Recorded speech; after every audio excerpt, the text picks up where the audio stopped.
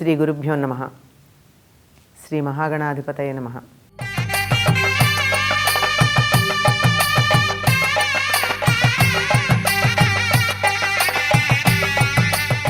దీపావళి నాడు లక్ష్మీదేవిని పూజించటం అన్నది మనకి కనపడుతూ ఉన్నది.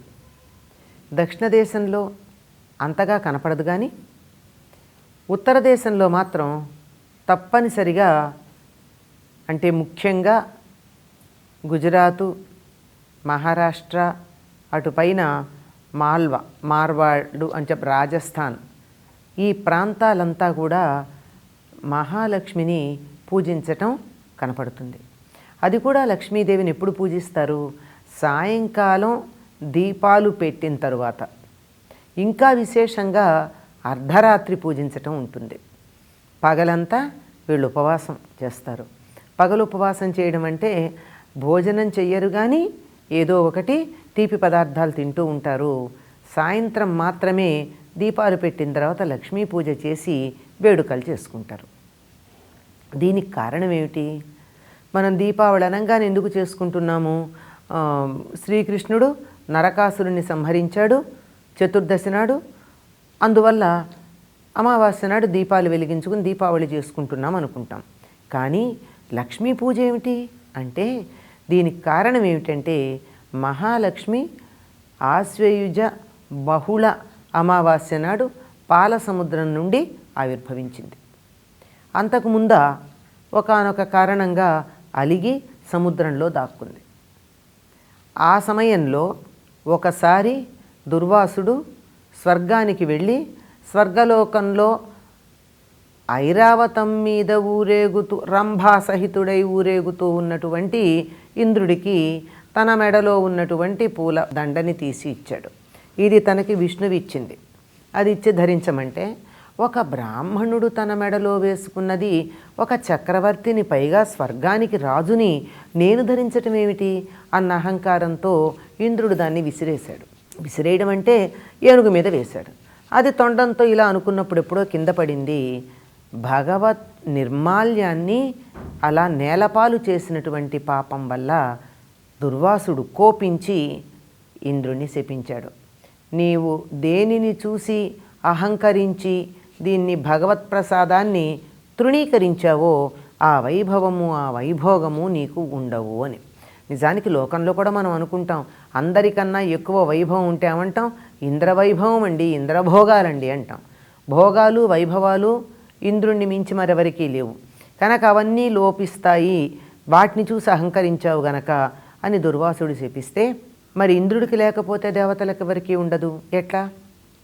ఆ సమయంలో ప్రార్థించగా, అంటే అహంకారం పోగానే మరి ప్రార్థనలు వస్తాయి కదా, ప్రార్థిస్తే అప్పుడు దుర్వాసుడు మళ్ళీ లక్ష్మీదేవి విష్ణువుని వివాహం చేసుకున్న సందర్భంలో మాత్రమే నీ వైభవం నీకు తిరిగి వస్తుంది అని చెప్పారు.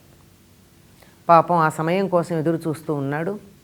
ఇంతలో దేవతలు, రాక్షసులు కలిసి పాల సముద్రాన్ని తరచారు. పాల సముద్రాన్ని అమృతం కోసం మధిస్తూ ఉన్నప్పుడు అందులో సర్వశ్రేష్టమైనటువంటి వస్తు సముదాయం చాలా ఉద్భవించింది. ధన్వంతరి ఉద్భవించిన తరువాత లక్ష్మీదేవి కూడా పాల సముద్రంలోంచి ఉద్భవించింది. అలా పుట్టినటువంటిది ఎప్పుడు అంటే ఆశ్వయుజ బహుళ అమావాస్య, మనం దీపావళి అమావాస్య అని చెప్పుకునేటటువంటి రోజు.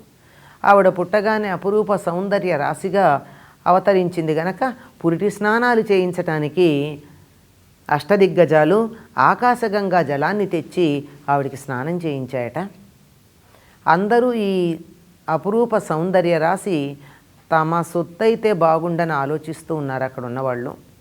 కానీ లక్ష్మి వయ్యారంగా లేచి విష్ణువు మెడలో వరమాల అలంకరించి అతన్ని వరించింది. ఆ తరువాత లక్ష్మీనారాయణులకి కళ్యాణం జరిగింది. లక్ష్మి ఎప్పుడైతే విష్ణువుని చేరుకుందో ఇంద్రుడికి పోయిన వైభవం తిరిగి వచ్చింది.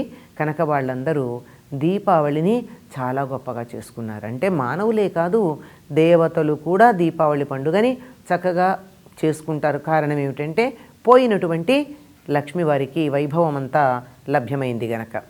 మరి లక్ష్మికి సాయంకాలం పూజ ఏమిటి అనే సందేహం రావచ్చు.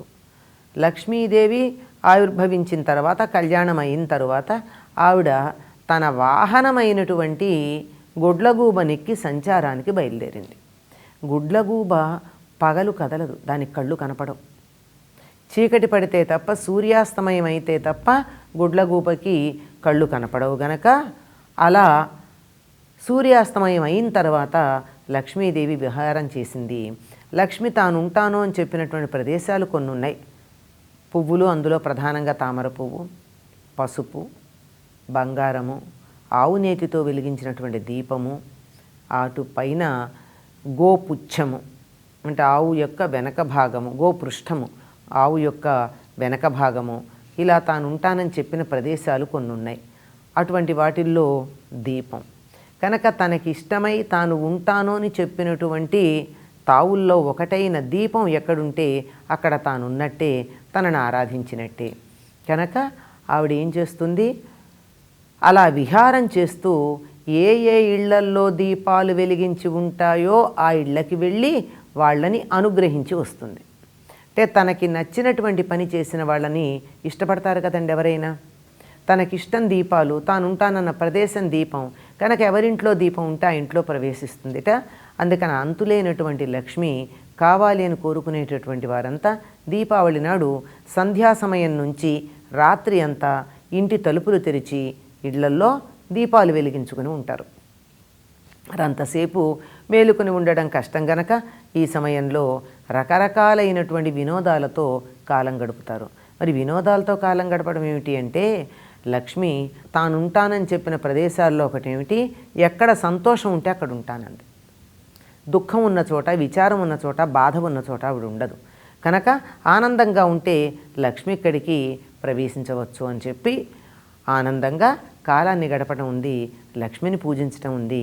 అందుకే వ్యాపారస్తులందరూ తమ లెక్కల పుస్తకాలు ఈ రోజున కొత్తవి పెట్టుకుంటూ ఉంటారు.